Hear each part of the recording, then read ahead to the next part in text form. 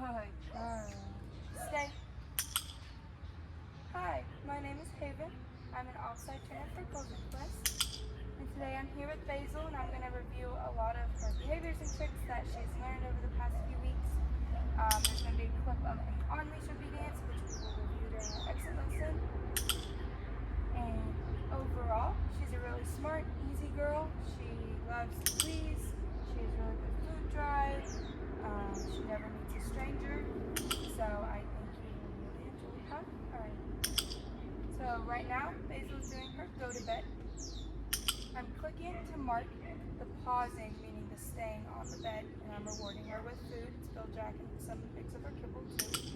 Good girl. Stay. So I throw in the stay command to connect stay with what she is currently doing. Stay.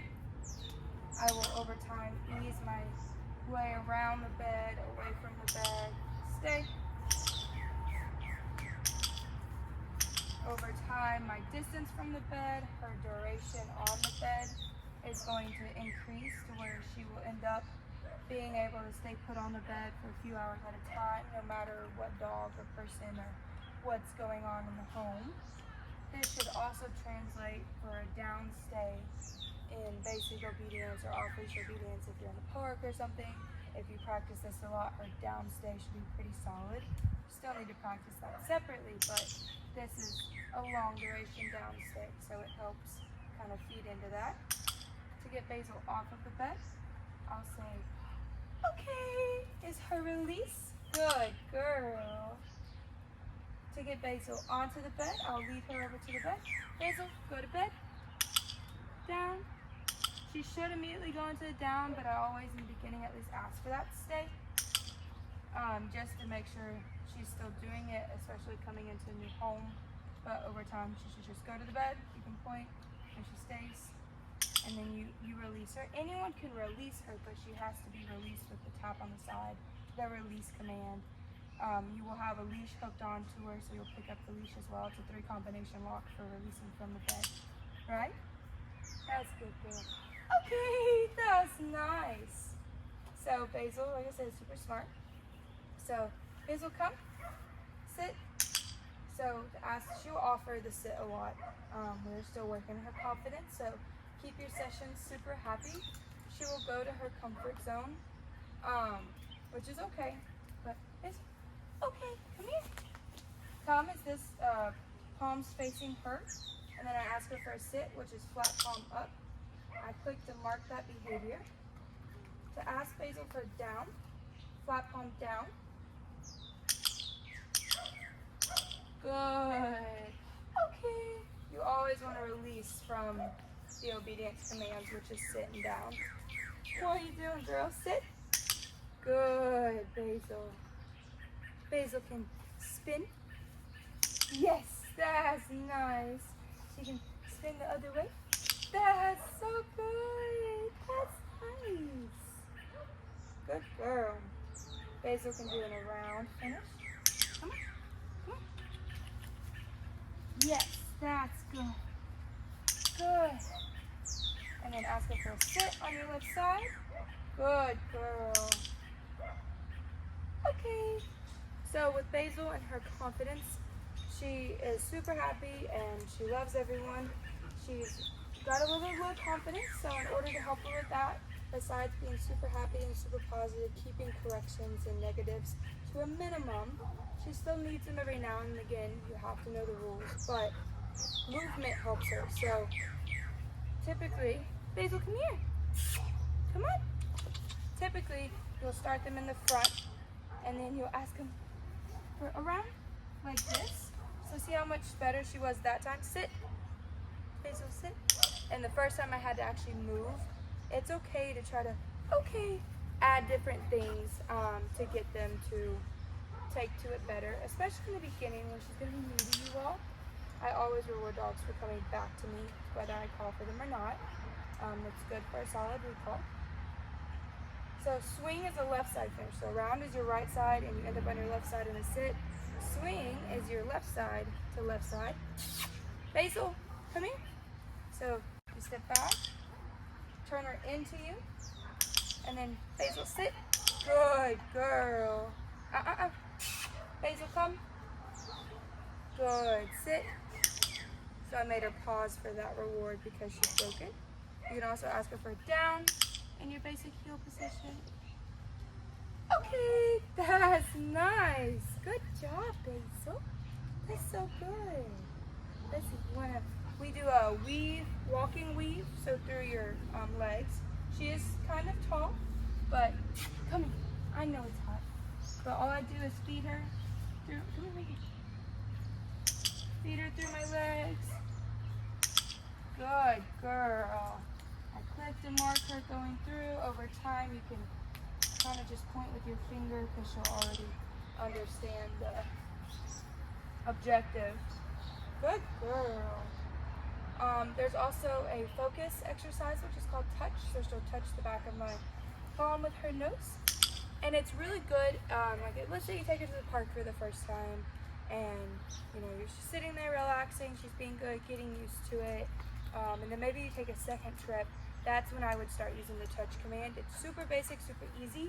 I always make sure they're super hungry when I take them to new places, so that way I can try to, reward them with food. You can still reward her with pets and verbal praise, but obviously food is a very good motivator for dogs. So touch is a really good basic thing that I would start in different rooms of the house, different, if you take her to a friend's house, I would try to do it there. It just gets them to kind of focus and understand, hey, the rules are going to be the same everywhere we go. And training builds confidence, so quote unquote training her in different areas like that is still going to help her feel okay, right? That's good. Sit. Good. So I am clipped into the live ring on the Hermspringer collar, which is the D shape. There's a circle one and a more D shape. I'm clipped into the D shape. She's on my left side. I've got my food and treats ready. I got my dog. She's ready to go. So I say, let's go. And I start walking. In the beginning, you want to reward her a lot like you would a puppy. New people, new environment. I start with lots of left-hand circles, so that way my body is telling her where to go, so it's a lot easier in the communication side of things. When I stop, good girl. I will ask her for a sit in the beginning. Obviously, she's done this a few times, so she's really good at it now. Good girl, let's go. When you start walking with her, definitely feed her throughout your turns, so that way she can go with your body and she learns how you move, because the way you move is different than how I move. And I would also recommend walking her when it's really quiet and not busy and chaotic. You can work up to that with her, and she does okay, but she's been in my home for a few weeks and gotten used to me, bonded with me, gotten used to the environment, so I would definitely give her time. So just try, let's go. Just try to do as best you can in the sense of keeping the environment calm in the beginning. I always make sure they're a little bit more hungry while we walk. Sit. Good. Just so that way I can try to focus them more. And I definitely like boarding dogs, so typically either I'll get up in the morning and then breakfast will be when we work, or if it's hot out like it is lately, we'll work in the evening, so for dinner we'll be there. Okay, so sit. Good.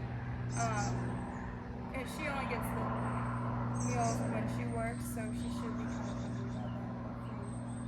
Yeah, very good.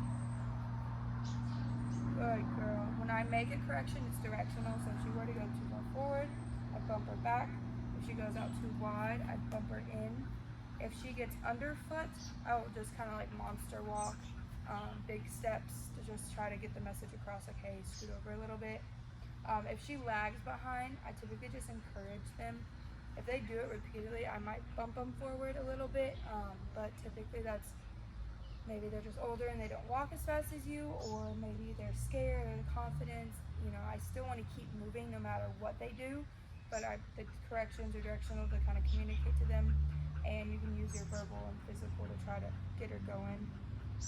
If she were to get scared or freak out, you always want to end on a good note, so you never want to acknowledge her freakouts or anything. She really, if anything, she just looks nervous. She doesn't like completely go bonkers. She's pretty calm overall, but you just want to keep moving. Basil, let's go. You're going to keep moving. It's best that we'll settle down, or they'll be like, oh, my human isn't worried, so I shouldn't be worried, sort of concept. So as long as you keep walking, and it doesn't matter how small of a circle, how big of a circle, a straight line, whatever, they will end up calming down. Sit. Good.